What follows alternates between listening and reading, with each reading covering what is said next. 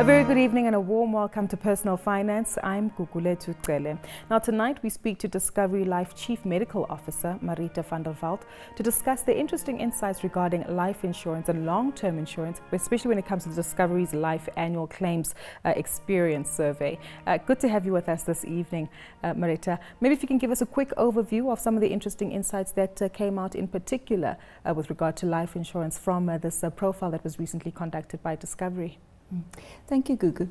Yes, I think the very important thing is to realize that life happens and it happens unexpectedly, and it is so important to have cover for all the life events that can happen. Yes, of course we think about life cover for untimely deaths, but then there are also other life-changing events like your severe illness and disabilities and short-term disabilities where you need cover so that you can at least survive financially and that you can focus on getting better or dealing with the loss so that you don't have added financial strain on top of it. You are quite right, because we can never preempt these things, but it's important that we plan for them appropriately. To stick with life insurance for a moment, I understand that the death claims for Discovery were about 25% were related to unnatural causes, 25% to cancer, 24% to heart conditions. So it tells us and paints a picture potentially about the common illnesses and causes that lead to death in South Africa. It does, Gugu. And even more interestingly is it that the untimely deaths, the accident, the unnatural deaths happen in the younger ages. And then older ages is more the cancers and the heart attacks. Not exclusively, of course, but that just shows you that you're never too young to have life insurance. Our youngest claimant was a 19-year-old woman, and she died in a car crash. I mean, it is so sad. And I don't know if she had dependents and so on, but at least the financial aspects were taken care of. So in the younger ages, the unnatural deaths, car accidents, and that's where Discovery Insure comes in with the driving better and the advanced driving courses, and we will probably see that coming through in our claims, hopefully. And then the older ages, very often lifestyle related, and then that you can think about lifestyle changes that can prevent that. I'm happy you touched on the differences that we're seeing with regard to the ages, because so often younger people tend to think that they don't need life cover. They're still going to live forever. You know, we tend to think that we're superhuman beings. But even when you consult with some of your financial planners who are within Discovery, are they seeing a bit of a trend where young people are becoming more aware of the fact that they need to cover the risk that's associated with a life that may come to an end? Yes, I think so, and obviously that would be a drive, and to do a proper needs analysis and to ask somebody, so what are your responsibilities, what are your needs, what can happen, and do you have cover for that? But yeah, most of our life claims that we've paid out on death is under the age of 60. You know, so it's not just older people. Exactly, awakening up our eyes to something different. What about the severe illness benefit? I take it this is also something that you see different trends when it comes to the various age groups. Yes, we see a lot of young breast cancer claims. One can speculate about the reason. Maybe the improved screening process leads to earlier diagnosis, earlier phases of the disease, and then hopefully better outcomes. So we see a lot of that. The usual claims, heart attacks and related conditions like your stents and bypasses and so on, they're always a big portion of our claims. And then cancer, of course, cancer is always substantial. Having said that, do you find that the individuals that you surveyed were adequately covered, or is it a case where, like you said, because people fail to have a proper screening with a financial planner, they often are underinsured and don't necessarily benefit as much as they can from this particular cover? It's obviously complex because you look at affordability, you look at needs and so on. But yeah, once the event has happened, you always wish that you had more cover, isn't that so? But a decent, proper, thorough financial needs analysis will help with that. And then there is the question of affordability. There are all the other factors, like would your policy reinstate once you've claimed, and what can you afford, and what your needs are.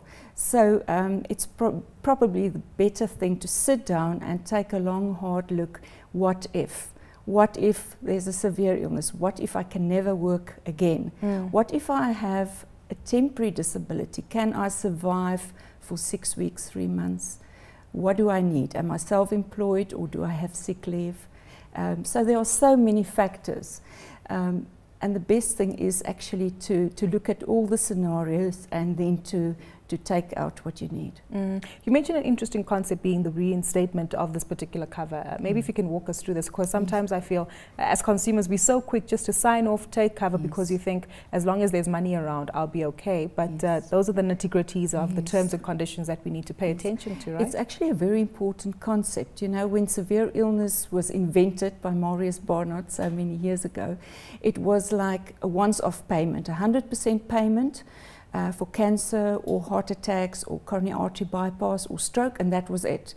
The idea was that it's almost a terminal illness benefit. Now things have evolved so much. So now a severe illness should be there for the rest of your life.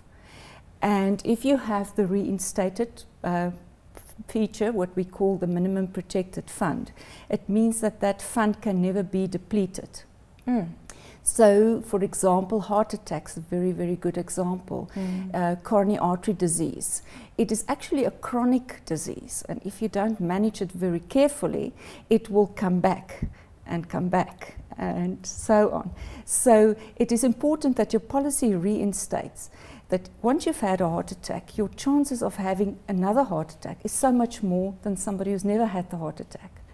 So if you have life fund left, every heart attack is treated as a new life-changing event. Now often the policy gets depleted and you cannot claim again, maybe not in the same body system like the heart and artery system, or you can only claim if it's a worse severity, higher severity.